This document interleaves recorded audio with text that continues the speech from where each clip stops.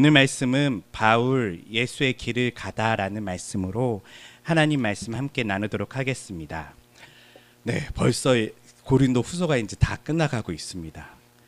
이제 오늘 이번 주 말씀 그리고 다음 한 번 더 말씀을 나누면 드디어 고린도 전서부터 고린도 후서까지가 끝나게 되는데요.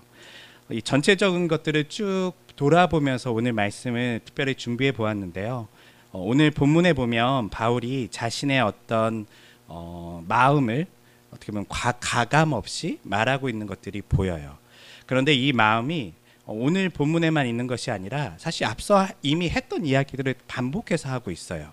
어떤 이야기들이냐면 그들에게 자신의 사도성에 대한 어떤 변증을 하고 있는 것이죠. 특별히 오늘 말씀을 시작할 때에 바울이 뭐라고 했냐면 그들이 존경하고 있는 위대한 사도들보다 자신이 못한 게 없다라고 얘기를 해요.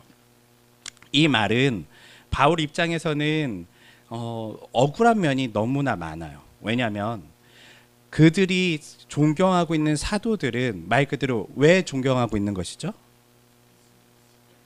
그렇죠. 예수님께 직접 배웠다는 것 하나만으로 그들이 존경하고 있는 거예요. 그런데 바울은요, 사실 잘 알아요. 무엇을 잘 알고 있냐면 예수님께서 말씀하신 것을 누가 더 잘 실천하고 있는가에 있어서 자신이 그들 사도들보다 못한 것이 없다라는 거예요. 예수님께서 이 땅에 계시면서 제자들을 부르셨을 때 그 제자들의 직업은 대부분은 변변치 않은 직업들이었어요. 어부였고 당시에 뭐 대단한 어떤 누군가를 가르칠 수 있는 사람들이 아닌 사람들을 주님은 부르셨죠. 그리고 그들과 같이 먹고 자고 사시면서 제자들을 주님께서 양육하셨는데 이 제자들을 복음서에서 보면 그리 존경할 사람들이라고 표현하고 있지는 않아요. 왜냐하면 예수님과 먹고 자고 함께 있는 동안 그 제자들이 예수님의 말씀에 잘 순종했었나요? 아니에요. 그렇게 직접 듣고 직접 배웠음에도 불구하고 성경은 무엇을 말하냐면 예수님께서 십자가에 달리실 때에 그 제자들은 다 예수님을 떠났고요. 그리고 그들은 심지어는 예수님의 부활도 믿지 못했었고요. 그리고 부활 이후에도 그들의 모습을 보면 겁에 떨면서 어떤 대담함 없이 예수님과 같은 모습이 아닌 여전히 연약한 어떤 한 사람의 모습으로 그들이 있는 것을 보게 되죠. 물론 그들이 한 사건으로 인해서 변화되기 시작됩니다. 그 사건은 바로 성령의 이 땅에 오시는 오순절 그 사건이죠. 그래서 사실은 성령의 충만함으로 그들이 변화한 것 같으나 사실 그 이후에도 그들의 길을 쭉 보면요. 그 순간은 대단한 일들을 했었어요. 말씀을 선포하고 대단한 일들을 했지만 예수님께서 말씀하신 가장 중요한 마지막 명령이 뭐였죠? 승천하시기 직전에 너희는 가라. 어디로요? 유대를 떠나서 사마리아를 떠나서 그리고 모든 땅끝까지 이르러 누구의 증인이 되는 거였죠? 예수님의 증인이 되는 거였어요. 또 너희는 만민에게 복음을 전하라. 모든 민족에게 복음을 전하는 것, 즉 이방인들에게 복음을 전하는 것이 예수님께서 마지막 그들에게 부탁하신 것인데 제자들은 어떻게 했었죠? 그 말씀을 잘 실천했나요? 오순절 사건 때에 예루살렘에서의 담대하게 복음을 전하는 일은 있었지만 굉장히 예수님의 마지막 명령을 지키는 데 있어서는 소극적이었어요. 그러다 보니 저는 이렇게 좀 봐요. 제자들이 만약에 예수님의 명령을 잘 지켰다면 땅끝까지 이르러 복음을 전했다면 아마도 이거 역사니까 뭐 가정할 수밖에 없는 거죠. 가정할 수밖에 없는 거죠. 아마도 바울이라는 사람이 굳이 필요하지 않았을 수도 있을 거예요. 그런데 제자들은 예수님의 명령을요 실천하지 않아요. 얼마나 실천하지 않았냐면 사도행전에 보니까 환상까지 보여가며 특별히 베드로에게 환상까지 보여가며 하늘에서 보자기가 내려오고 거기에 유대인들이 먹는 것을 꺼려하는 수많은 짐승들이 거기에 담겨 있을 때 그리고 그 환상 속에 음성이 들리죠. 너는 이것을 먹으라. 이게 무슨 말이에요? 베드로에게 사실은 끊임없이 그가 예수님의 마지막 명령을 실천하지 않으니까 이제 강제적으로 환상을 통해서라도 그를 강력하게 움직이기 위해 땡겨 움직이니까 그제서야 고넬료에게 복음을 전했던 사람이 바로 베드로의 모습이었어요.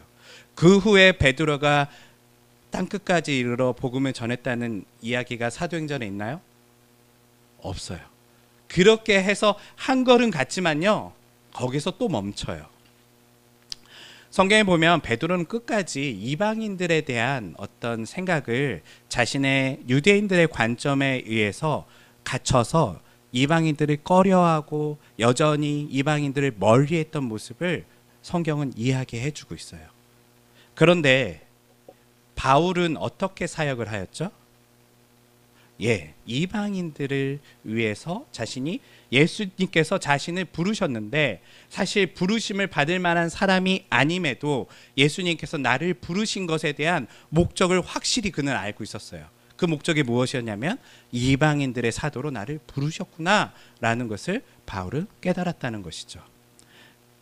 그러면서 자신은 여러 교회들을 세워가는 데 있어서 하나하나 목숨을 걸고 고린도에 있는 교회도 세우고 에베소에 있는 교회도 세우고 다른 많은 교회들을 세워가지만 안타깝게도 그 교회에 있는 사람들이 항상 무슨 생각을 하냐면 바울은 예루살렘에 있는 그 위대한 사도들보다 조금 부족한 사람, 못한 사람으로 여겼다는 거예요.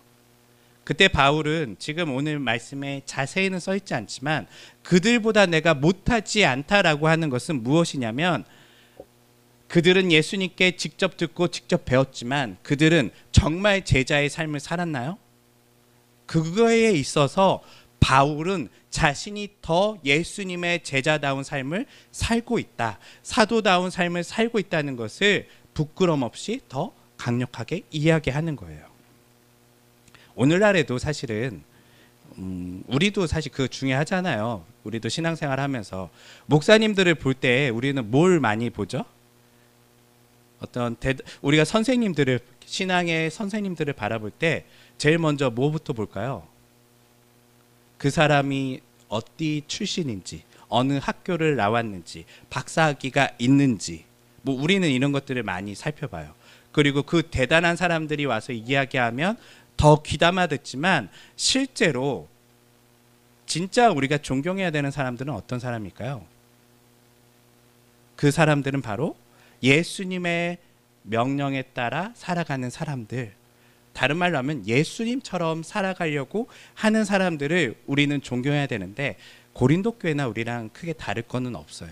우리 역시 보이는 것에 집중하고 우리가 봤을 때에 어쩌면 예수님처럼 살아가고 있는 많은 사역자들을 업신여기고 살아가는 것은 아닌지 그런 모습을 생각해 볼 수밖에 없게 됩니다.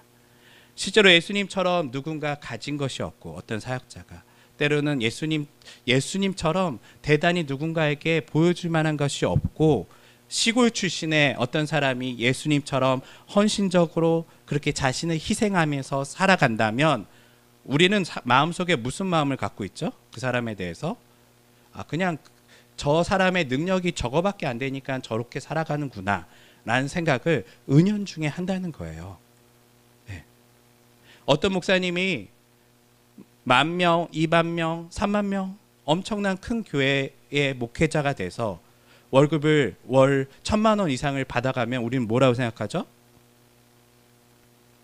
그만한 능력이 있으니까 그런 거라고 생각하고, 어떤 사역자는 그렇지 못하고 늘 굉장히 어려운 가운데 살아가고 있으면 우리는 뭐라고 생각하냐면 그는 능력이 부족하다라고 생각한다는 거예요. 그런데 이러한 것은 잘못된 생각이에요. 바울이 얘기하는 것처럼요, 예수님의 삶의 모습을 따라가는 사람, 그 사람이 위대한 사도들보다 더 낫다는 것이죠. 어쩌면 그들은 위대한 사도들의 길이 아닌 이 땅의 명예와 이 땅의 이 땅이 주는 그런 안락함을 추구하면서 살아가는 사역자들이 아니었는지 우리는 반대로 의심해 봐야 된다는 것이죠. 그래서 바울은요, 베드로를 만났을 때 질책하게 해요. 너가 어떻게 예수님께서 너를 가르쳤고 어떻게 예수님께서 마지막 너에게 명령을 그렇게 모든 만민에게 나가라고 했는데 너는 어떻게 이방인과 식사조차도 같이 하지 않으려고 하느냐라고 하면서 바울이요 대놓고 그 당시에 최고의 사도였던 베드로를 지적하는 것이 성경에 나와 있어요. 그 후에 베드로가 변했을까요? 안타깝게도 사도행전의 마지막에 늘 마지막 등장인물은 누구죠? 바울로 끝나요. 사실 이 성경이 우리가 아는 드라마틱한 어떤 모습으로 가려면요, 예수님께서 제자들을 삼으셨고요, 그 제자들이요 위대한 사도들이 되고 그 베드로가 성령의 충만함을 입고 5,000명 수많은 사람들을 주님께 모이게 하고 교회를 세웠으면, 그리고 그 베드로가 전진하여 땅끝까지 나중에는 로마에 있는 황제까지 복음을 전하는 모습으로 끝났어야 하는데 성경은 어떻게 표현하고 있죠? 중간에 주인공이 바뀌어버려요. 네. 그 바뀐 이유가 무엇이냐면 바로 베드로는 예수님의 길을 끝까지 사실은 가질 못해요. 예수님의 명령을요 끝까지 실천하지 않아요. 자신의 한계에 부딪혀서 자신의 문화에 부딪혀서 자신의 가는 길을 거기서 멈춰버리게 되죠. 그리고 그 길을 누가 가게 되죠? 바울이 걸어가는 거예요. 그러면서 성경은 우리에게 뭘 얘기하냐면 정말 예수님의 길을 가는 사도는 누구라고요? 바울이라는 것을 사도행전을 통해서 보여준다는 거예요.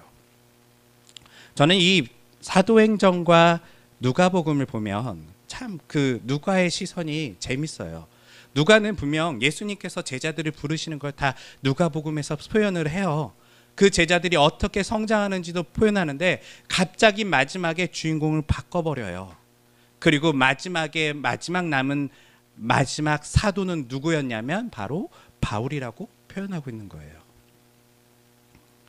오늘의 이런 모습은 여러 가지 우리를 생각하게 해요. 한편으로는 앞서 얘기한 것처럼 정말 누가 예수의 길을 가는 선생님일까? 라는 이야기도 할 수 있지만 우리의 삶도 여기와 다르지 않다는 거예요. 우리도 예수님께 부름을 받았고 우리도 예수님을 따르겠다고 우리는 한 걸음 더 나왔지만 과연 누가 끝까지 예수님을 따를 것인가? 라는 거에 있어서 감히 내가 예수님께 직접 배웠고 감히 내가 예수님의 기적을 맛봤다라고 해서 예수님의 그 제자의 길을 끝까지 따라가는 것은 아닐 수 있다는 거예요. 정말 예수님의 길을 따라가는 건 뭘까요? 예수님처럼 그 삶을 살아가는 거예요. 그것이 쉬울까요? 어려울 거예요. 무척 어려울 거예요. 다른 말로 하면 성경은 이 얘기를 하는 거예요. 예수님을 따라 십자가의 죽음과 부활을 목격한 그 제자들도 그 길을 끝까지 가지 못했다는 것을 또 보여주는 거예요. 그러면 누가 예수의 길을 끝까지 갈 수 있을까요? 그것은 기적을 맛본 사람도 아니고요. 그것은 예수님의 환상을 본 사람도 아니고요. 그것은 예수의 길을요 묵묵하게 실천하며 살아가는 사람이 그 길을 끝까지 갈 수 있다는 거예요. 이렇게 바울의 인생을 통해서 예수님의 삶을 볼 수가 있어요. 오늘 말씀에 보면 저는 본문을 보면서 설교하기 참 되게 어려운 본문이었어요. 왜냐하면 바울이 서운한 이야기만 계속해요. 나 이거 서운해. 너네 나를 어떻게 그렇게 생각할 수 있어. 이런 이야기를 오늘 본문만 한 게 아니라 이미 앞선 얘기에서 다 했었잖아요. 반복해서 하고 있어요. 그러면서 바울의 마음속에는 이 고린도 교회를 향해서 자신의 서운함도 표현하지만 한편으로는 사랑을 이야기해요. 그 사랑이 어떻게 표현되냐면 나는 너희들을 위해 모든 걸 내어줄 수 있다라고 얘기를 해요. 그리고 그 마음 가운데 편지의 마지막에 뭐라 쓰냐면 내가 곧 그곳에 갈 것인데 제발 내가 앞서 편지로 너희들에게 얘기한 것들에 대해서 죄를 지은 사람이 있으면 회개하고 문제가 있는 사람들이 있으면 그 문제를 해결하고 때로는 교회에서 내보내야 될 사람이 있으면 내보내라고 얘기를 하고 있어요. 왜요? 왜 내보내라고 하고 있죠?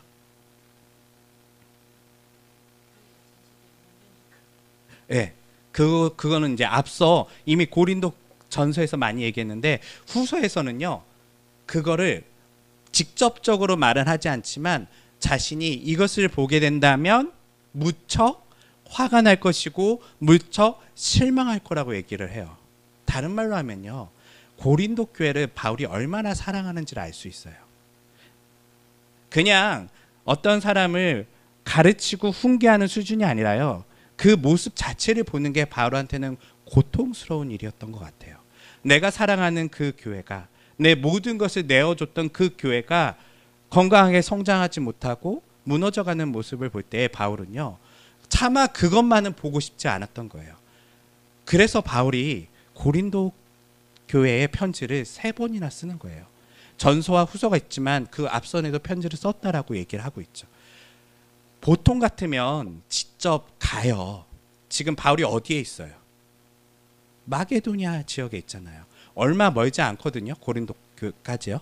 가서 직접 이야기하고 훈계하면 되는데 왜 안 가고 있냐면요. 바울이요. 너무 고린도 교회를 사랑하는 마음이 여기 있는 거예요. 그걸 못 보겠는 거예요. 차마 그 모습을 자신이 세웠던 그 교회가 죄 가운데 물들어 있고 서로 싸우고 있고 그리고 여전히 자신에 대해서 비방하고 있는 그 모습을 바울은 볼 수가 없어요. 왜냐하면 이 교회를 자신의 생명처럼 낳은 교회이기 때문이라는 것이죠. 바울이 이 교회를 엄청나게 사랑했어요. 저는 이 고린도 전서와 후서를 쭉 읽으면서 결국 결론적으로 바울이 후서의 마지막에 여러 가지 자신들의 감정들을 토하는 그 모습을 보면서 바울이 다른 여러분들, 다른 서신서들을 보세요. 이렇게 표현하지 않아요.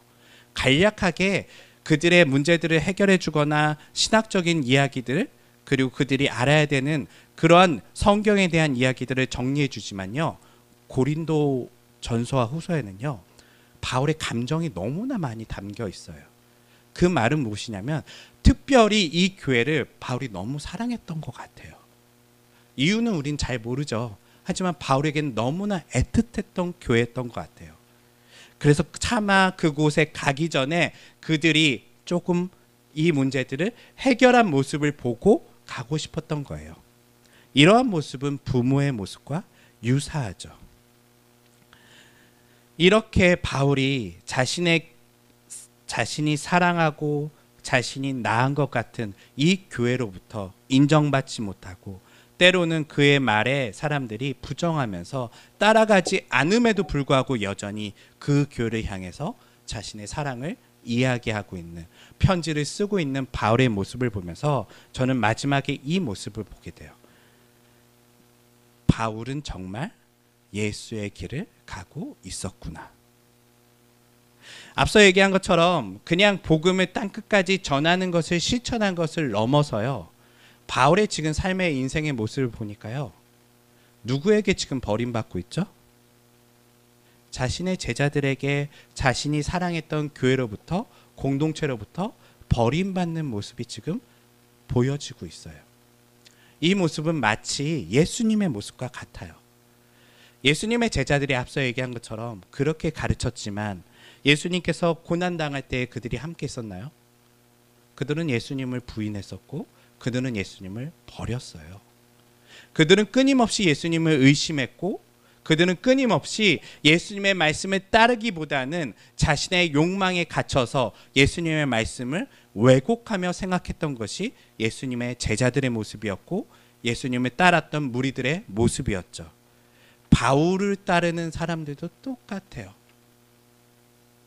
어쩜 예수님의 모습을 어떻게 이 한 사람이 닮아가고 있을까라는 것을 이 고린도 후서의 마지막에 보게 돼요. 끊임없이 자신은 상처 입었음에도 불구하고 그들을 향해서 사랑한다, 사랑한다. 제발 안 그랬으면 좋겠다. 제발 너가 고쳤으면 좋겠고 회개했으면 좋겠고 너가 하나님께 돌아왔으면 좋겠다라고 끊임없이 구애하는 끊임없이 그들에게 말하고 있는 이러한 모습은 예수님의 모습, 예수님의 인생을 너무나 닮은 한 사역자의 모습을 성경에서 발견할 수 있다는 것이죠. 말씀을 정리하면서 이런 생각이 들어요. 어떤 것이 정말 예수의 길인가? 예수님의 길을 따르는 것인가? 저도 어렸을 때는 예수님을 따라 산다는 것을 많이 이해하지 못했었어요. 내가 예수님을 따라 예수님의 말씀을 잘 지키면 항상 예수님께서, 하나님께서 나에게 좋은 일들을 주시고 좋은 복을 주시고 축복을 주시고 잘 되는 일들을 주실 거라는 마음을 가지고 있었어요. 그 마음이 잘못된 건 아닐 수도 있겠죠. 정말 하나님은 우리에게 좋은 거 주시니까요. 그렇지만 예수의 길을 가는 건 좀 달라요. 예수님의 길을 간다는 건요, 인생에 있어서 버림받는 이야기고요. 예수님의 길을 간다는 것은요, 자기가 가고 싶지 않은 그곳으로 자신의 발걸음을 걸어가는 것이고요. 예수님의 길을 간다는 것은요, 다른 사람에게 인정받지 못해서 나 좀 인정해줘, 나 그렇게 나쁜 사람 아니야 라고 자신을 표현해야 될 만큼 그렇게 많은 사람들에게 의심받고 때로는 많은 사람들에게 그 자신을 변론해야 될 만큼 인생이 힘든 삶을 살게 된다는 것을 오늘 본문에서 볼 수 있다는 거예요. 여러분들의 삶은 어떠신가요? 이런 거 생각하면 좀 무섭죠. 내가 괜히 예수님 믿었나 보다. 이런 생각 들지 않으시나요? 저도 사실 제가 어렸을 때 하나님께 늘 기도했던 건 그런 거였어요. 하나님, 저는 연약한 사람이에요. 저는 조금만 고난이 와도 무서워서 벌벌 떠는 사람이고, 저는 다른 사람들과 다투는 것을 매우 싫어하는 사람이고, 저는 정말 겁도 많고, 정말 저는 그렇게 뭐 고통을 참아낼 만한 인내심도 없는 사람이에요. 실제로 그래요. 저는 그런 사람이에요. 그래서 제 기도 속에 늘 주님께 그렇게 기도했어요. 하나님, 성경에 보니까 무섭더라고요. 하나님을 잘 따라가는 사람들의 마지막 모습은 다 좋지가 않아요. 다 순교해요. 다 고통 속에 죽어가요. 이런 모습을 보면서 두 가지 마음이 생기는 거예요. 하나는 주님을 따르고 싶은 마음이 있으면서도 불구하고 전 그건 못할 것 같아요. 그래서 저는 조금 안락한 삶을 주셨으면 좋겠어요. 제가 감당할 수 있는 수준에서 문제들을 저에게 주시고, 다른 말로 하면 나에게 어려운 거 주지 마세요. 나 그렇게 살 만한 자신 있는 사람이 아니에요. 이런 기도를 진짜 자주 했어요. 네. 주님, 주님의 길을 제가 가기는 하는데 조금 저를 생각해서 그렇게 어려운 길이 아닌 조금 그 길을 편안하게 해주세요. 다른 말로 하면 예수님을 잘 전하고 예수님의 삶을 살아가면서 영광은 내가 다 갖되 감히 고난에는 들어가지 않는 삶을 살게 해주세요라고 기도했던 것 같아요. 그런데 오늘 본문에 정말 보니까 두 가지의 삶의 모습이 나타나요. 하나는 예수님을 같이 따랐지만 끝까지 예수님의 길을 순종하며 가지 못했던 위대한 사도들의 모습이 있고요. 또 하나는 예수님께 직접적으로 예수님이 살아계실 때 배운 적이 없지만 예수님의 말씀을 붙들고 끝까지 자기 인생을 예수님처럼 살아갔던 바울의 모습이 있어요. 오늘날 나는 사실 베드로처럼 살고 싶죠. 위대한 사역자라 불리고 싶고 한 교회의 안정적인 공급을 받으면서 살아가고 싶은 모습이 저에게도 있고 아마 여러분들에게도 있을 거예요. 안정적으로 살고 싶은, 예수님도 믿고 그리고 적당히 예수님께 순종하면서 안정적인 삶을 살고 싶은 모습도 우리 안에 있지만, 때로는 예수님께서 우리에게 분명히 말씀하신 것은 땅 끝까지 이르러 복음을 전하라. 이것을 우리에게 표현하면 선교라고 얘기할 수도 있지만, 그것을 우리의 삶에 더 깊이 와닿게 한다면 여러분들이 가고 싶지 않은 그곳까지 나아가는 삶을 살아가는 것, 그것이 어쩌면 예수님께서 우리에게 부르신 중요한 제자의 삶의 모습일 텐데, 우리는 바울처럼 그 길을 나아가기보다는 때로는 안정을 추구하며 살아가는 모습을 살아가고 있었던 것은 아닌지, 이러한 삶의 반성을 하게 되는 것을 보게 됩니다. 사랑하는 성도 여러분, 예수님의 길을 가는 것이 쉽지 않을 거예요. 네. 그리고 고린도 교회처럼요, 때로는 우리도 늘 그 길을 오해하고 바울처럼 살아가는 사역자들에 대해서 때로는 부정적인 감정을 가지고 있는 모습이 우리의 모습일 수도 있고요. 그렇지만 하나만 우리가 알고 있어야 될 게 있어요. 내가 가고 싶지 않아도, 때로는 내가 못 갈 것 같아도 예수님의 길은 어떤 길일까요? 예수님의 길을 왜곡해서는 안 되는 것 같아요. 예수님을 잘 믿으면 우리는 어떻게 살게 될까요? 내 영혼도 잘 되고 육체도 잘 되고 건강하고 부와 명예를 다 가질 수 있을까요? 우리는 정말 그러고 싶지만 성경은 우리에게 그 이야기를 하지 않아요. 예수를 잘 믿었던, 예수의 길을 잘 따랐던 바울의 삶을 보세요.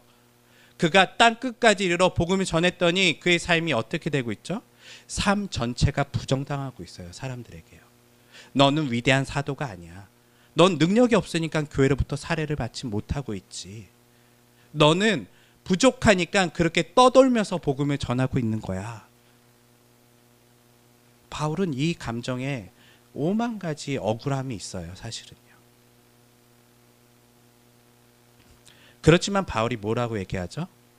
그럼에도 불구하고 내가 이렇게 연약하고 이렇게 내가 나약한 것은 마저 당신들이 비난하는 것처럼 나는 그만한 사람은 아니야. 그렇기 때문에 바울 안에 뭐가 있다고 얘기하죠? 하나님의 강력한 능력이 지금 살아 숨쉬고 있다고 얘기하는 거예요. 내가 강해질 것인가? 하나님의 강력한 능력이 연약한 나를 통하여 임할 것인가?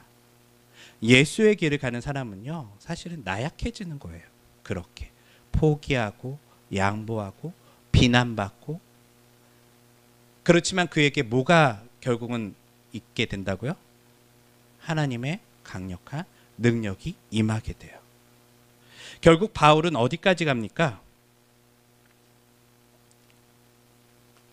사도행전 끝에 바울의 삶을 보면 어떻게 바울의 인생을 성경의 기자는 기록하고 있죠? 끝까지 안 보셨나요? 네. 바울 어떻게 됐죠?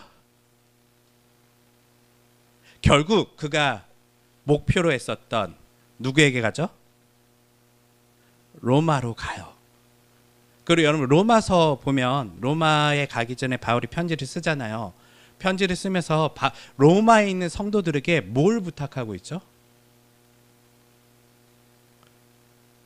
땅 끝까지, 지금의 스페인 지역, 당시 유럽의 끝이잖아요. 바다 끝에. 그 지역까지 나를 후원해 주기를, 보내주기를 바울이 그들에게 부탁하는 모습을 보여요. 그리고 사도행전의 마지막 그런 바울이요, 죽었다라고 끝나나요? 그렇게 끝나지가 않아요. 사실 이 성경을요, 누군가 이미 사도행전을 보았잖아요. 그리고 초대교인들이 보았잖아요. 그러면 바울의 인생의 마지막이 어떻게 되는지 알까요? 모를까요? 알아요. 결국 바울은 로마에서 죽게 되거든요. 그런데 그것을 기록하지 않아요. 왜요? 마지막에 더 써도 되잖아요. 사도행전 끝을 보면서 이 결말이 끝나지 않는 것을 누군가 채울 수도 있거든요. 결국은 바울은 로마에서 그러나 죽었더라 라고 쓸 수 있지만, 이것을 오픈된 결말로 성경은 우리에게 넘겨주고 있어요. 이 말은 무엇이냐면, 바울의 생명은 사실 로마에서 끝났지만 예수의 길을 가고자 했던 그 바울의 열정을, 그 길을 따라가는 모든 이에게 땅끝까지 우리가 가야 하는 것을 우리에게 던져주고 있는 열린 결말로 끝난다는 것이죠. 사랑하는 성도 여러분, 예수님께서 이 땅에 우리를 부르신 것은 예수 믿고 천국 가기 위해서 부르신 게 아니에요. 천국은 당연히 예수님을 믿는 사람들, 하나님의 자녀들은 그곳에 갈 수밖에 없는 것이죠. 그럼 우리는 이 땅에 왜 부르심을 받았을까요? 여러분들은 왜 신앙생활하시고 왜 교회에 나와 계실까요? 저는 왜 목사가 되어 있고요. 우리 모두의 목적은 무엇일까요? 네, 말씀대로 사는 거, 전하는 거, 그것이 다른 말로 하면 누구처럼 살아가는 거예요? 바울처럼, 그리고 예수님처럼 살아가는 거예요. 다른 말로 하면 여러분들에게 예수님의 삶을 살아가기를 성경은 우리에게 초청하고 있어요. 그래서 여러분들의 인생을 작게 보지 마세요. 나는 그냥 목사가 아니니까, 선교사가 아니니까 그냥 이렇게 살다가 교회에서 봉사나 하고 그리고 건강하게 잘 살다가 하나님 나라 가면 되지가 아니라요. 우리 모두에게는 인생의 방향성을 성경은 명백하게 얘기하고 있어요. 어떤 길을 가라고요? 예수님의 길을 가라고요. 그 길에 여러분들이 놓여 있습니다. 한 해가 지났고 새해가 밝았어요. 우리는 올 한 해 어떤 길을 걸어가야 될까요? 인생의 계획을 잘 모를지라도 명백한 방향성은 있어요. 그건 무엇이냐면 예수의 길을 가는 거예요. 바울처럼, 예수님처럼. 물론 그 길은 우리가 원하는 길이 아닐 거예요. 그렇지만 그 길을 가는 자가 예수님의 제자이며 예수님의 부르심을 받은, 보내심을 받은 사도라는 것을 여러분 기억하시면서 예수의 길을 걸어가시는 모두가 되시기를 주님의 이름으로 축원합니다. 기도하겠습니다.